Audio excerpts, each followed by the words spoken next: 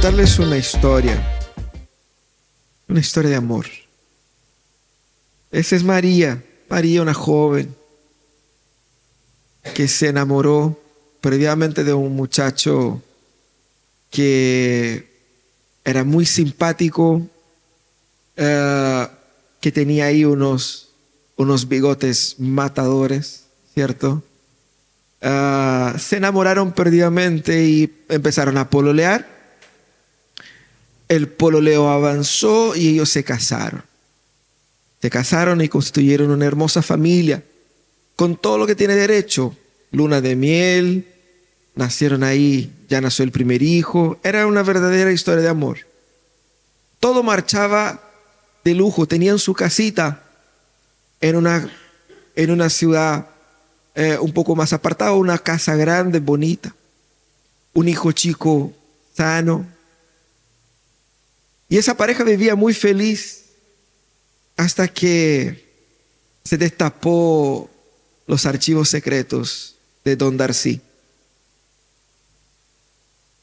La verdad de las cosas es que ese caballero que ustedes ven ahí en la foto tenía sus 30 y tantos años. No estaba pasando por su primer matrimonio, digamos así. Él ya tenía una familia al mismo tiempo. Y ya tenía una esposa de la cual no se había divorciado. Y no es de esas historias de camionero que tiene una familia en cada puerto, sino que vivían en una distancia entre ellos de como Quilpué, Villa Alemana, imagínense. No solamente tenía una familia, pero tenía 4 hijos. Y lo más interesante es que el menor de los 4 hijos de la primera familia se llevaba a lo mejor por 2 años de diferencia con el mayor de la segunda familia. María, cuando se casó con Don Darcy, no se imaginaba que él, con 30 y pocos años, ya era papá de 4 y seguía casado legalmente con otra mujer ahí cerquita suyo. ¿Qué historia? Usted va a decir, ¿qué historia más desordenada? ¿Qué debe haber pasado en la cabeza de ese caballero, que por casualidad es mi abuelo, de casarse de nuevo como si la otra familia nunca hubiese existido, de novia, en la iglesia, con luna de miel y con álbum de fotos, así de brillo? Te va a decir, bueno, muchas familias tienen historias así. Y pensemos por un instante, de repente usted tiene la más tierna memoria de sus abuelitos, ¿sí o no? Pero todos nosotros sabemos que nuestras familias tienen ahí archivos secretos de nuestros ancestros, que dejémoslo ahí, no vamos, ¿cierto? Pagué. Hoy día vamos a conversar sobre una historia muy interesante de un tipo que iba a dejar Don Darcy luciéndose bonito. La historia de hoy día es mucho más compleja que eso y tiene impactos mucho más grandes en nuestras vidas también. Vamos a hablar hoy día un poco sobre reputación, sobre cómo la trágica historia de Judá y Tamar genera consecuencias hasta nuestros días. El texto está ahí en Génesis 38. Mantenga su Biblia abierta en ese capítulo porque vamos a avanzar por este capítulo a lo largo de nuestra reflexión. Génesis 38. Si ustedes se han dado cuenta, la semana pasada estábamos en Génesis 37. Génesis 37 es donde se presenta José. José como un joven soñador, no soñador porque tenía muchos sueños, sino que el Señor le había dado un par de sueños que predecía el futuro. Y él era un joven que era odiado por sus hermanos porque su papá lo quería mucho y él se jactaba obviamente de ese favor. Y era una relación complicada. Sus hermanos intentaron matarlo, pero decidieron que era mejor venderlo como esclavo. Y así termina el capítulo. De ahí viene el capítulo 38. Y usted esperando que siguiera la historia de José en Egipto. Y en vez de hablar de José en Egipto, tenemos esa historia de Judá y Tamar. Una historia compleja, una historia de muchas muertes, una historia de prostitución, una historia muy complicada del punto de vista cristiano, bíblico. Y usted va a decir, ¿qué está haciendo esa historia acá?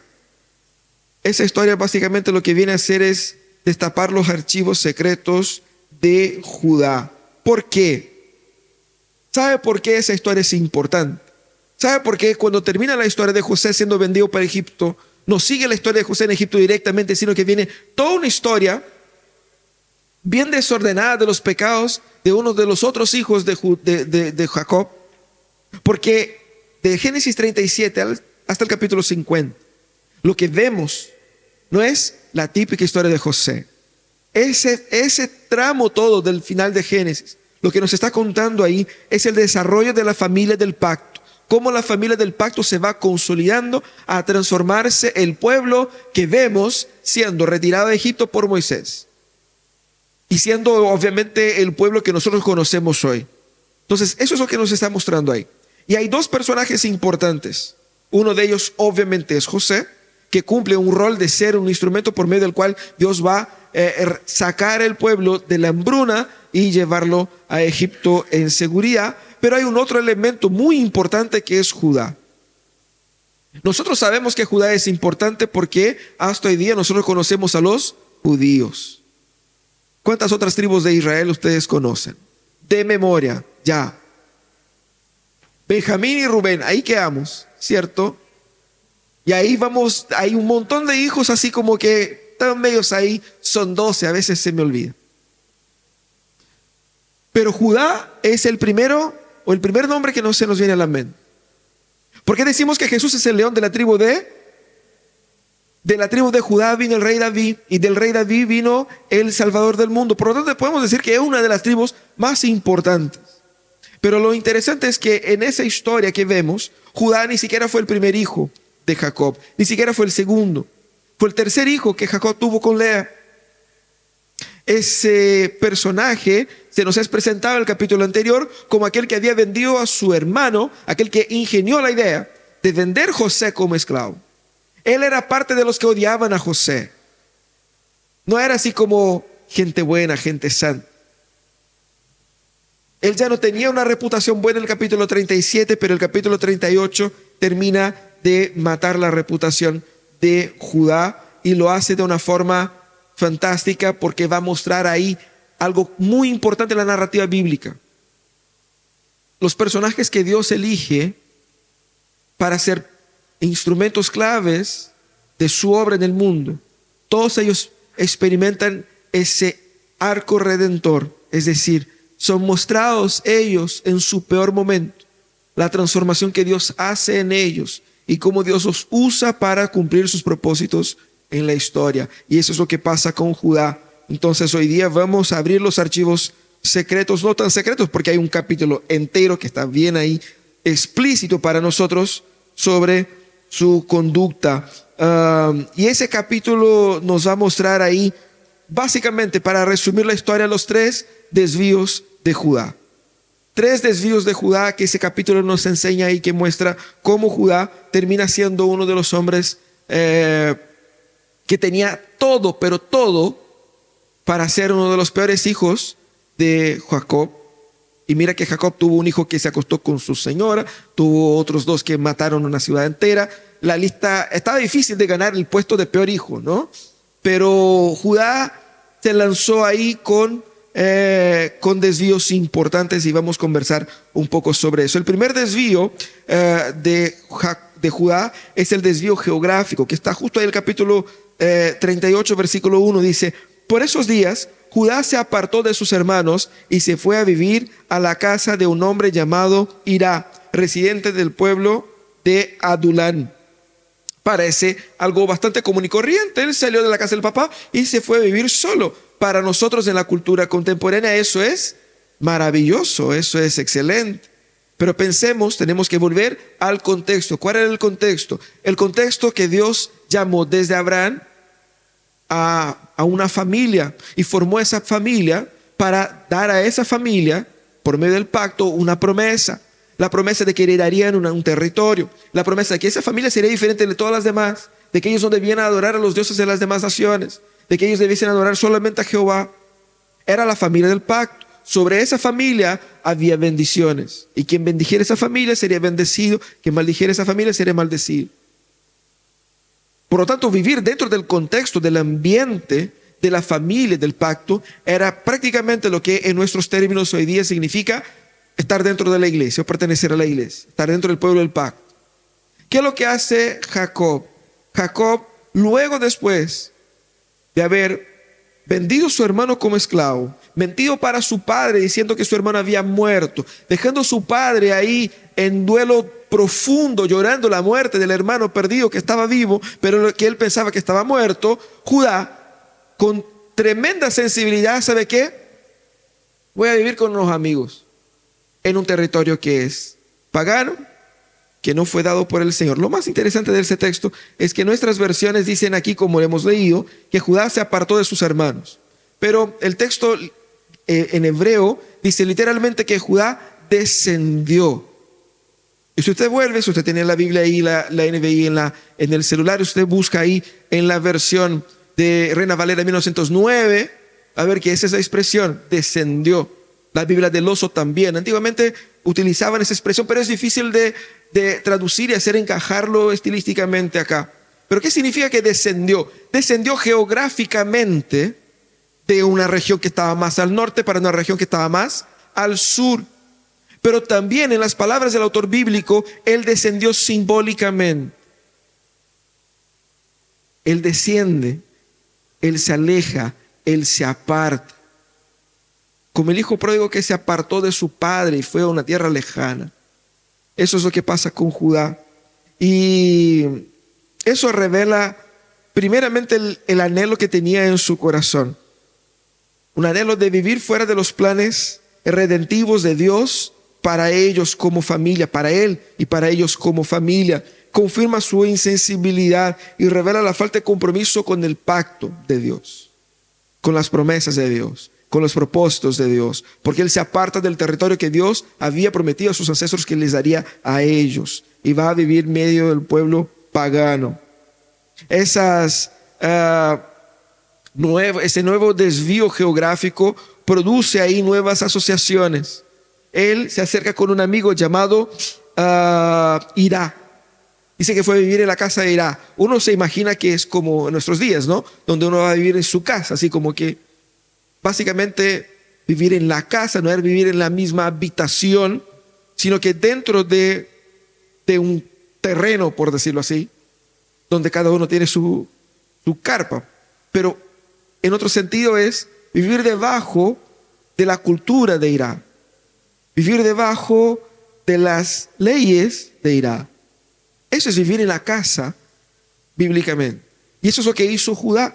Él sale de la casa de Jacob, la casa del pacto, la casa de las promesas, y va a la casa de un cananeo, de un idólatra, para vivir según sus leyes, para vivir según su cultura. Era Judá adaptándose a la cultura cananea, evidenciando que él va para allá para vivir en esa cultura y él se va a moldar a esa cultura. Y una de las muestras que tenemos es que él hace familia ahí, contrariando las instrucciones de su propia familia.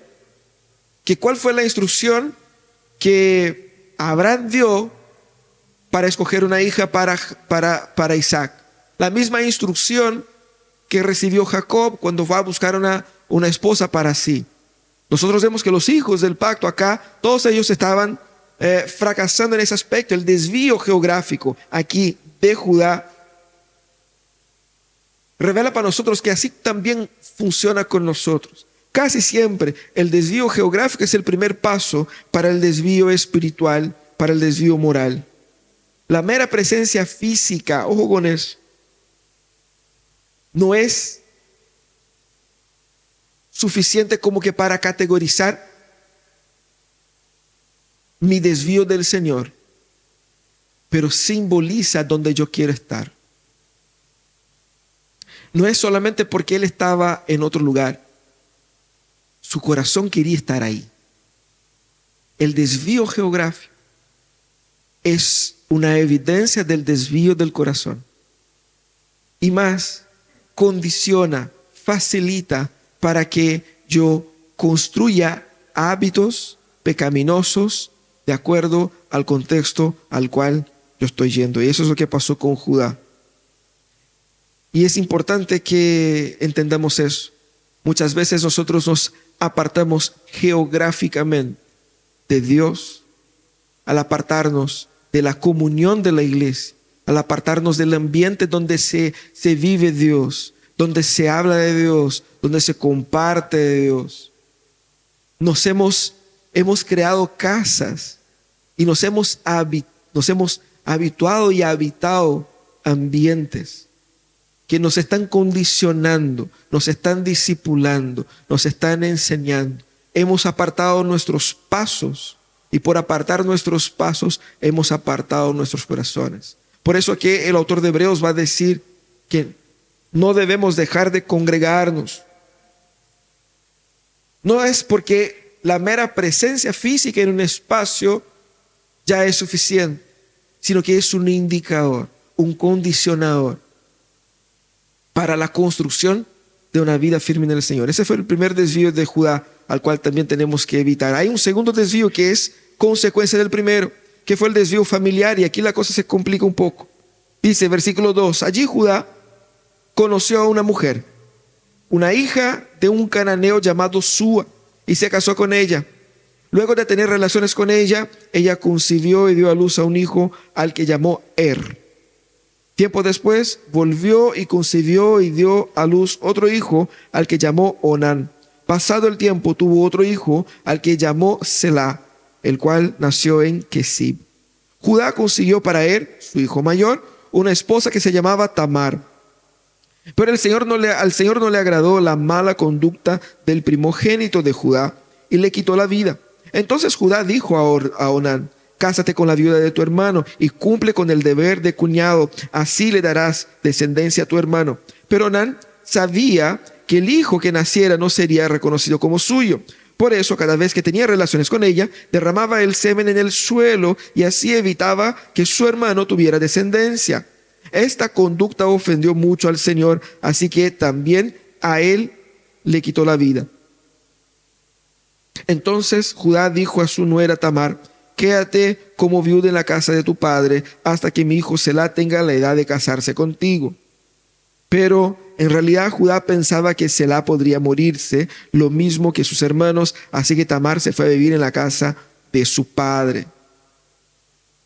Qué hermosa historia familiar, ¿no es verdad? Aquí Judá se casa con una mujer cananea, una mujer que no era parte de la familia del pacto, una mujer con la cual él no debiera haberse casado. Pero él fue a vivir ahí, fue a construir vida ahí, familia ahí y se casó. Y es interesante cómo Moisés describe la manera como él se portó ahí. Literalmente, si vamos a la manera como está estructurada la expresión ahí en el versículo 3, 2 y 3, dijo que él vio una mujer, él la tomó y se llegó a ella. Él vio, se casó con ella y tuvo hijos con ella, o tuvo relaciones con ella. Esa construcción de tres verbos bien directos muestra la poca reflexión, muestra el impulso sensual y sexual de Judá y la poca preocupación moral o espiritual con que si esa era una mujer adecuada o no. Vio, quedó atraído por ella y se casó con ella y ya está. Y la Biblia es clara con relación al problema del matrimonio para el pueblo de Israel con mujeres de otros pueblos. ¿Por qué? Porque por medio de eso se metía la asimilación cultural y la idolatría. De hecho, ese es el pecado de Balaán que vamos a leer en Números, de que el pueblo estaba viviendo ahí junto a en esa misma región incluso, y que los reyes enemigos llaman a Balaán para maldecir al pueblo. Balaán no pudo maldecir al pueblo porque el Señor no le permite, pero dejó su veneno ahí. Les animó a los hombres de los pueblos vecinos de que por medio de los matrimonios entre ellos se podría debilitar el pueblo de Israel. Y el Señor los condena por eso. Era algo serio aquí. Por lo tanto, ese primer desvío provoca a los demás. Y ahí tenemos a los hijos. Él tuvo 3 hijos. Y bíblicamente sabemos que el hecho de tener hijos era una evidencia de la bendición del Señor, del favor del Señor. Y 3 hijos varones, mostrando que él tendría una genealogía numerosa. Pero esa bendición quedó hasta ahí nomás. ¿Por qué? Porque vaya los hijitos que tuvo él. Si podemos decir que sus hermanos eran malos, a ninguno de sus hermanos el Señor los mató por tan malo que eran. Esa es la primera vez en la Biblia donde aparece Dios literalmente, directamente matando a una persona por sus pecados. Bueno, si no contamos el tema de Sodoma y Gomorra y del diluvio. Estamos hablando de una persona individual directamente. Acá entra en la historia un personaje que es el personaje central de todo ese capítulo, que es Tamar. Tamar entra aquí no solamente en esa historia, sino que en la historia de la redención en ese momento como era una mujer cananea, ajena al pacto, ajena a las promesas, que estaba viviendo ahí y es escogida para ser esposa de su hijo. No fue un matrimonio basado en el amor. Él escogió a ella para su hijo y se casan. Pero ese primer hijo, era muy malo, la Biblia no dice qué hizo, pero que simplemente dice que el Señor lo mató y ella quedó como viuda. El punto es que según la tradición de las culturas de la época y también del pueblo de Israel, estaba la idea de que cuando muere el caballero casado, pero que no tiene hijos, sería deber del hermano casarse con la viuda y tener un hijo para que el nombre del hermano fallecido recibiese generaciones. Y entiéndase, también con eso, herencia, plata, ¿cierto? Onán, que también era malo, sabía que eso era lo correcto, pero sabía que hacer lo correcto le iba a costar plata, porque imagínense, tengo mi papá y somos tres. Se muere el mayor, yo soy el mayor, lo que me da más luquitas al final, ¿cierto? Y más encima somos solamente dos, entonces es mucho más plata para mí. Pero si yo cumplo con la ley y doy genealogía a mi hermano, tendré que dividir la mayor parte con ese hijo que ahora va a ser un sobrino. Entonces él pensó con la billetera y dijo, no, eso aquí está mal. Pero él no fue hombre lo suficiente como para decirle a su papá, ¿sabe qué? No voy a hacer eso. Él dijo, no, deja conmigo, yo me caso con ella, ningún problema. Pero secretamente estaba dando la vuelta, engañándole a ella, porque al hecho de no tener hijos, ella también quedaba sin protección para el futuro, sin familia, sin historia. No honraba a su hermano. Y el Señor vio todo eso y dijo, no, ese caballero tampoco está procediendo bien. Y el Señor va y lo mata. Y ahí tenemos a Tamar, viuda por segunda vez, viuda de 2 maridos. Según la ley, el tercer hijo tenía que ir y cumplir las labores de sus hermanos fallecidos. Pero ahí Judá dijo, no sé, está muy complicada, esa señora está medio... ¿Hay algún embrujo ahí? Esa señora tiene algo malo. La viuda negra, no sé qué pasa ahí. Y dijo, no, el último, el único que me queda, no quiero arriesgar. ¿Y qué es lo que hace Judá? No solamente fue impío desde el punto de vista bíblico de casarse con una persona fuera del pacto, sin respeto por el pacto, pero aquí él fue no solamente un mal padre junto a sus hijos, porque los educó de la manera que la cultura cananea les enseñaba, y obviamente esa maldad de carácter de sus hijos fue obviamente enseñada y aprendido por él y por la cultura donde él estaba. Pero aquí está tratando mal también a su nuera. Porque mira qué es lo que pasa aquí con Tamar. Lo correcto sería que Judá dijera, ¿sabe qué, mijita? Ella era su nuera, su familia. Y como tenía el deber de casarse con Selá, el hijo menor, estaba en la familia. Y estar en la familia en aquella época es estar debajo de la cobertura total económica, protección social y todo eso, ¿cierto? El punto es que él debiese decir, quédate acá, te vamos a cuidar, te vamos a proteger, te vamos a alimentar, no se preocupe. Cuando ese muchacho esté ahí como que a punto de casarse, se casan y sigue la vida. Eso era lo correcto. Pero ¿qué hace Judá? Judá aquí hizo una movida trucha. Él dijo, mira, ¿sabe qué? Mi hijo todavía es jovencito. Esperemos un poquito. Pero mientras tanto, quédate en la casa de tu papá. Él se la devuelve, no se hace cargo económicamente de ella, de la protección social de ella, no cuida de ella, pero tampoco la suelta. Él no dice, ¿sabe qué? Eso nomás terminó, sigue su vida, cásate con otro y sé feliz. Él podría haber dicho eso. No hizo eso. No la suelta, pero tampoco la mantiene. Y ella queda en una situación súper complicada, porque yo no puedo casarme con alguien para tener con quien pueda proveer y construir familia, pero tampoco el caballero que me prometió un hijo para casarme no me suelta. Entonces ella estaba en una situación súper precaria, de súper precariedad. Y eso es lo que estaba pasando con ella. Él fue el que la puso ahí, donde no podía ni avanzar ni retroceder. Ahora, nosotros vamos analizando la historia y vemos que incluso Judá lanza en su cabeza, al menos, de que la culpa por la muerte de sus hijos no era por la maldad de los hijos, porque Judá seguramente tenía una visión de sus hijos que eran perfectos, como cualquier padre, ¿no? Tus hijos son perfectos, mi hijo nunca hace nada malo.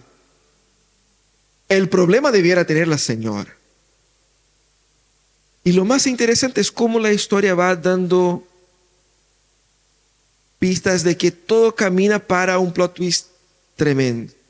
Porque él le echa la culpa y la deja ahí estancada en la casa de sus padres, en una vergüenza pública, en una situación compleja, mostrando que él era un hombre que hizo todo lo malo en su ambiente familiar. Todo comienza ahí. Él fue a buscar formar una familia fuera del pacto, fuera de la cultura del pacto, fuera de la voluntad de Dios, y con eso trajo dolor a su propia historia.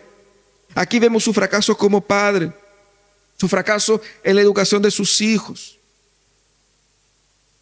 Y toda esa maldad revela la perdición de su corazón. Entendamos que corazones desviados del propósito de Dios, corazones desviados del propósito de Dios, destruyen vidas, destruyen familias.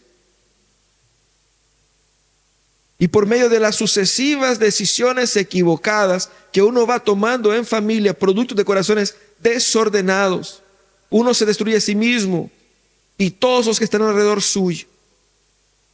Ese fue el grave error de Judá, pero ni siquiera fue el peor, porque la historia sigue y ahí vemos el desvío moral de Judá, que es todo el resto del capítulo, desde el versículo 2, que dice así: después de mucho tiempo murió la esposa de Judá.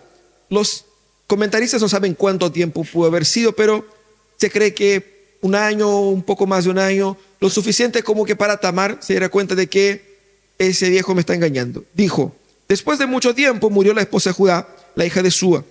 Al concluir el tiempo de duelo, Judá fue al pueblo de Timná para esquilar sus ovejas y lo acompañó su amigo Hirá, el adulamita. Cuando Tamar se enteró de que su suegro se dirigía hacia Timná para esquilar ovejas, se quitó el vestido de viuda, se cubrió con un velo para que nadie la reconociera y se sentó en la entrada del pueblo de Enayín, que está en el camino a Timná. Esto lo hizo porque se dio cuenta de que Selá ya tenía edad para casarse y aún no se lo daban a ella como o por esposo. Cuando Judá la vio con el rostro cubierto, la tomó por una prostituta. No sabiendo que era su nuera, se acercó a la orilla del camino y dijo: deja que me acueste contigo. ¿Qué me das si te digo que sí?, preguntó ella. Te mandaré uno de mis cabritos de mi rebaño, respondió Judá. Está bien, respondió ella, pero déjame algo en garantía hasta que me lo mandes. ¿Qué prenda quieres que te deje?, preguntó Judá.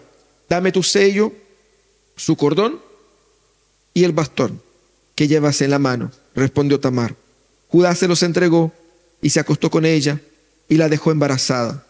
Cuando ella se levantó, se fue inmediatamente de allí, se quitó el velo y volvió a ponerse la ropa de viuda.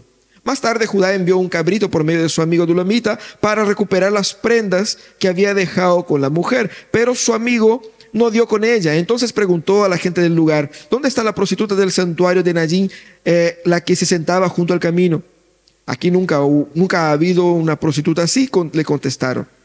El amigo regresó donde estaba Judá y le dijo: no la pude encontrar. Además, la gente del lugar me informó que allí nunca había estado una prostituta como esa. Que se quede con las prendas, respondió Judá. No es cuestión que hagamos el ridículo. Ahora, ¿no? Ahora no quiere ser ridículo. Pero que quede claro, yo le envié el cabrito y tú no lo encontraste. Como 3 meses después, informaron a Judá lo siguiente: tu nuera Tamar se ha prostituido y como resultado de sus andanzas ha quedado embarazada. Sáquenla y quémenla, exclamó Judá. Pero cuando la estaban sacando, ella mandó este mensaje a su suegro: el dueño de estas prendas fue quien me embarazó. A ver si reconoce usted de quién son este sello y el cordón del sello y este bastón. Yo me imagino el placer con que Tamar dijo estas palabras. La felicidad, la satisfacción. Así, mira, aquí el papá del niño es el dueño de estas cosas. Judá los reconoció y declaró: su conducta es más justa que la mía, pues yo no la di por esposa a mi hijo Selá. Y no volvió a acostarse con ella. Cuando llegó el tiempo de Tamar diera la luz, resultó que tenía mellizos en su seno. En el momento de nacer, uno de los mellizos sacó la mano, la partera le ató un hilo rojo en la mano y dijo: ese salió primero. Pero en ese momento el niño metió la mano y salió primero el otro. Entonces la partera dijo: ¿cómo te abriste paso? Por eso al niño se le llamaron Fares. Luego salió su hermano con el hilo rojo atado en la mano y le llamaron Sera. ¿Qué plan interesantísimo el de Tamar? Ya había pasado tiempo, ella sabía que Judá no iba a cumplir su propósito y ella estaba amarrada en una situación pésima para ella. Y ustedes saben, como toda mujer, el tiempo pasa mucho más rápido que para el hombre, ¿no? Entonces, ella sabía que su tiempo se estaba agotando y que si ella no se casara pronto. Ella iba a quedar ahí botada. Pero había algo más que eso también. La muerte de la esposa de Judá hace con que la movida de Tamar no fuera absolutamente perniciosa. O sea, no estaba tratando de desconstruir una familia para formar otra, al menos, ¿no? Pero aquí lo que hace ella es jugar con la impulsividad sexual de su suegro. Ella conocía a su suegro. Y ella entonces aquí utiliza de medios que podemos decir que son medios cuestionables y que cuenta con el desorden moral de su suegro para hacer algo que era positivo. Y eso es absurdo. Usted va a decir: pero pastor, ¿cómo me está enseñando que una mujer que se prostituyó y tuvo hijos con su suegro y hizo algo bien? En esa historia, ella es la única personaje que hace algo correcto. ¿Por qué? Porque traer hijos a Judá implicaba, cumpliendo obviamente todo el trayecto del pacto, implicaba ser fiel al Señor, lo que el Señor había demandado, y sobre todo honrar la proyección y la familia del pacto. Ella podría haberse desligado de esa familia, pero ella fue leal a su marido. Ella fue fiel a su marido incluso cuando su marido había muerto, mientras que su suegro no fue fiel a su esposa muerta, o no la honró al menos. Por lo tanto, lo que ella estaba haciendo es, por medios obviamente cuestionables, haciendo con que Judá cumpliera con el pacto de Dios de una forma o de otra. Y es por eso que la Biblia no está avalando sus acciones como hagan esto, pero justifica como ella lo hizo sin la mala intención meramente pecaminosa. Su intención no era simplemente de tener una relación sexual o simplemente de tener hijos para tener hijos, sino que su intención era de cumplir con los propósitos del pacto junto a su marido muerto. su esfuerzo visaba también obviamente el beneficio a la familia de Judá. Y eso se muestra porque ella hizo eso después del fallecimiento de la suegra, y después que ella tuvo relaciones con Judá, el texto dice claramente, ella se levantó inmediatamente, se quitó la ropa de prostituta y regresó a su casa. No era una práctica común de ella. Pero aquí vemos a Judá en su peor versión, porque él estaba soltero de nuevo, ¿cierto? Estaba ahí, él estaba en sus andanzas. Y él estaba ahí y ve a una mujer que él asume que era una prostituta. La Biblia también es justa con él al decir que él no sabía que era su nuera. Él asume que es una desconocida. Y es interesante aquí porque habían dos tipos de prostitución en la época.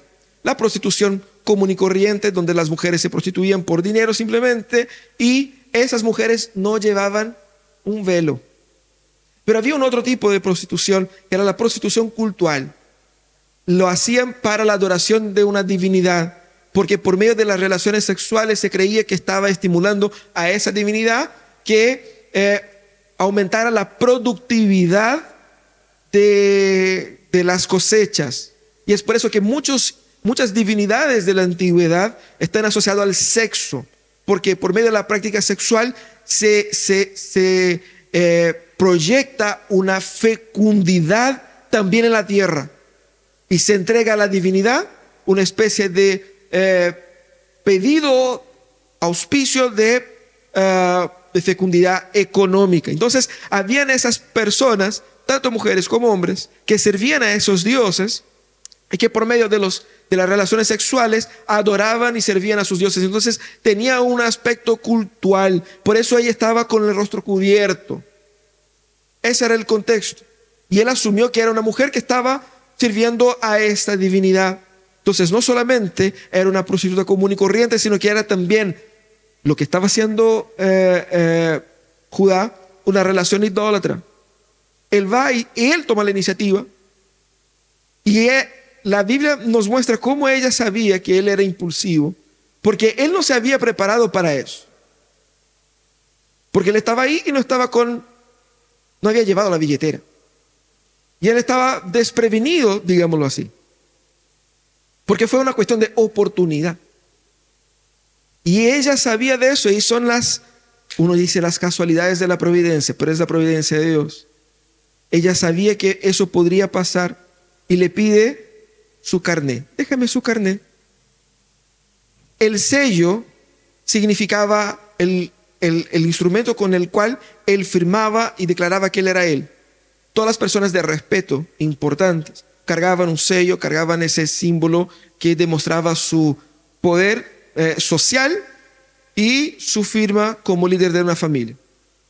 Era algo un poquito más importante que un carnet, pero que no era algo que tenía valor comercial, por lo tanto no era algo que ella podría vender y sacarse plata con eso. Entonces no le serviría de nada a ella excepto para poder devolver y recuperar algo monetario. Cuando ella pide eso, él se la entrega porque sabe que, bueno, eso es solamente un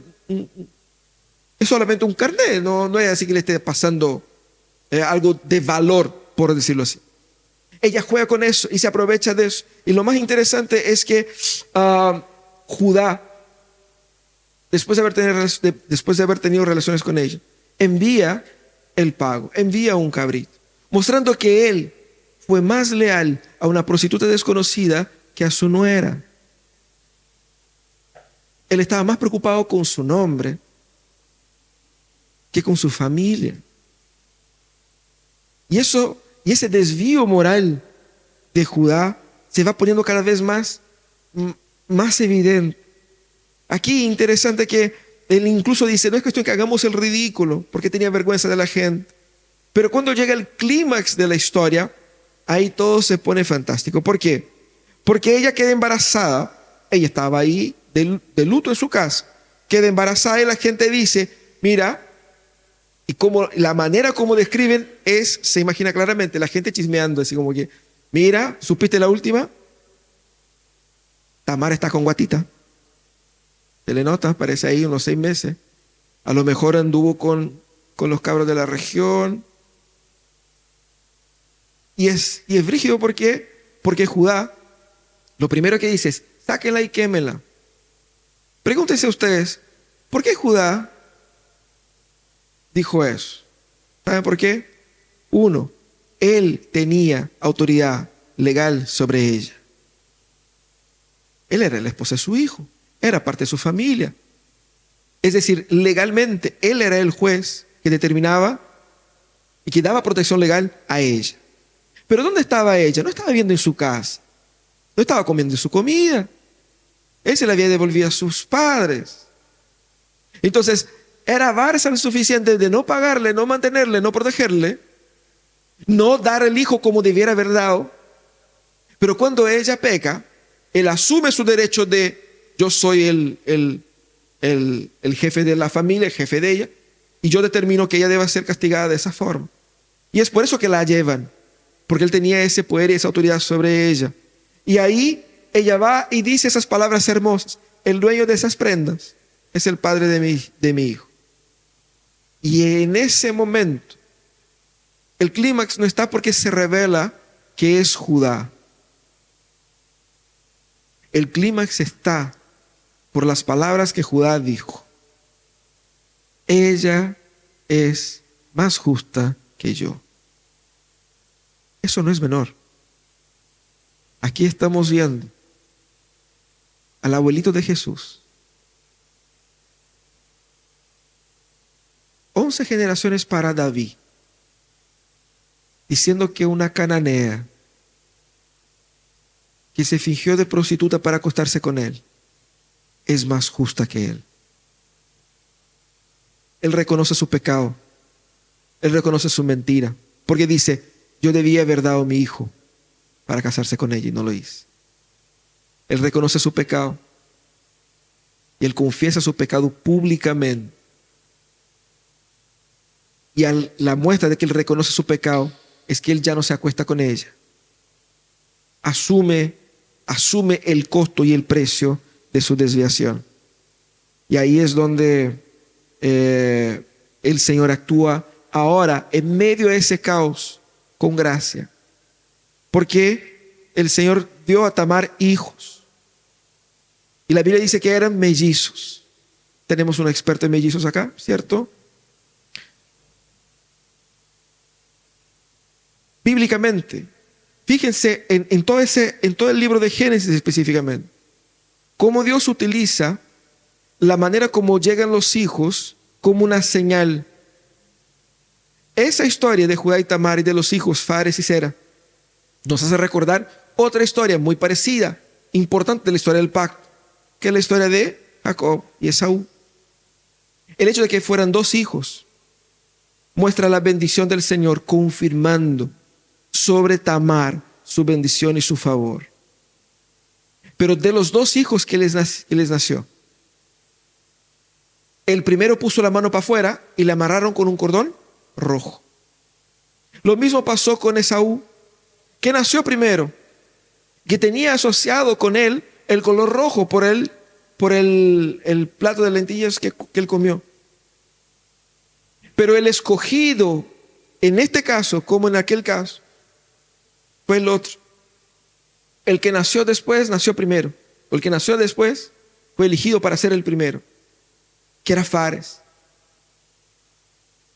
Mira qué interesante cómo el Señor construye la historia mostrando que el segundo va a ser el primero. Cómo el Señor va derramando su gracia y su favor. Y lo más importante de eso es que Fares es el 10º antes del rey David, como dice Ruth capítulo 4 versículo 18. Mostrando que Tamar ya no era una cananea cualquiera, sino que una de las 4 mujeres que entran desde afuera en la historia del linaje real de Jesucristo. Te va a decir, bueno, entró por la ventana, pero entró. Está ahí. Muestra la gracia del Señor por ella, porque ella fue quien trajo Judá de vuelta. El Señor usó una cananea pagana para hacer con que el hijo del pacto y la promesa regresara al camino del pacto y de la promesa. El Señor manifestó su gracia sobre Judá desde su desviación, utilizando una mujer que estaba fuera del pacto, pero que fue más fiel al pacto que el hijo del pacto que era. Eso muestra cómo la gracia tiene sus caminos, cómo la gracia obra, construyendo una trayectoria que sana, que restaura. Y eso fue lo que pasó aquí con ellos, mostrando cómo después de expuesto, humillado, Judá pudo arrepentirse. Y vemos el arrepentimiento de Judá aquí y después en el capítulo 44. Porque es ese nuevo Judá, el arrepentido, el transformado, que es aquel que va a liderar la marcha de los hermanos para ir a retomar al hermano que estaba preso en Egipto. Es él quien va a poner su vida para defender el corazón de su padre, que estaba por morir. Por lo tanto, vemos aquí la transformación de Judá y vamos a conversar un poco más sobre eso. Hermanos, debemos entender que todos nosotros podemos tener una reputación manchada por nuestros pecados y por las falencias de nuestro pasado. Pero no podemos caer en la tentación de decir, como mucha gente dice, bueno, si todos son pecadores. Ese es ningunear la gracia de Dios. Porque de repente uno lee esa historia y piensa que yo soy Judá, puedo darme mis desvíos acá, pero al final el Señor me va a traer de vuelta. Puede ser que seas Onán o donde el Señor dice, no, hasta aquí nomás llegamos, compadre, chao. Puede ser que en el trayecto destruyes a tu familia, en el trayecto destruye la familia de otros. El Señor es un Dios de gracia, pero eso no significa que yo puedo andar por ahí en mis andanzas. Tengo que ser fiel al Señor y al pacto que el Señor está estableciendo con su pueblo. Y es importante que yo entienda que el primer paso para la desviación es el paso geográfico. Cuando yo me alejo de la familia del pacto, cuando yo me alejo del contexto del pacto, del mensaje del pacto, de la iglesia y del pueblo del pacto, de la cultura del pacto, y me dejo moldear por la cultura que está a mi alrededor. Cuando yo empiezo a tomar decisiones familiares, económicas, fundamentadas en la cultura en la cual yo vivo y no en el Evangelio. Y cuando finalmente yo me lanzo a pecados que son pecados en los cuales yo creo que nadie se enterará. Y mira lo que pasó con Judá. Él creía que nadie se iba a enterar de una affair que él tuvo con una mujer desconocida. Y estamos nosotros aquí miles de años después hablando sobre eso. No podemos ser descuidados con la gracia de Dios. La gracia es preciosa. Pero recordemos lo siguiente. No hay santo con buena reputación. No hay ningún santo con buena reputación. Pedro negó a Jesús. Pablo perseguía a los cristianos. Los demás discípulos lo abandonaron. No hay santo con buena reputación. Pero no hay regenerado. No hay una persona regenerada que no haya vivido su vida regenerada, totalmente dedicada a construir una reputación que honre y glorifique a la gracia que lo alcanzó. Ese debe ser nuestra tarea. Vamos a orar.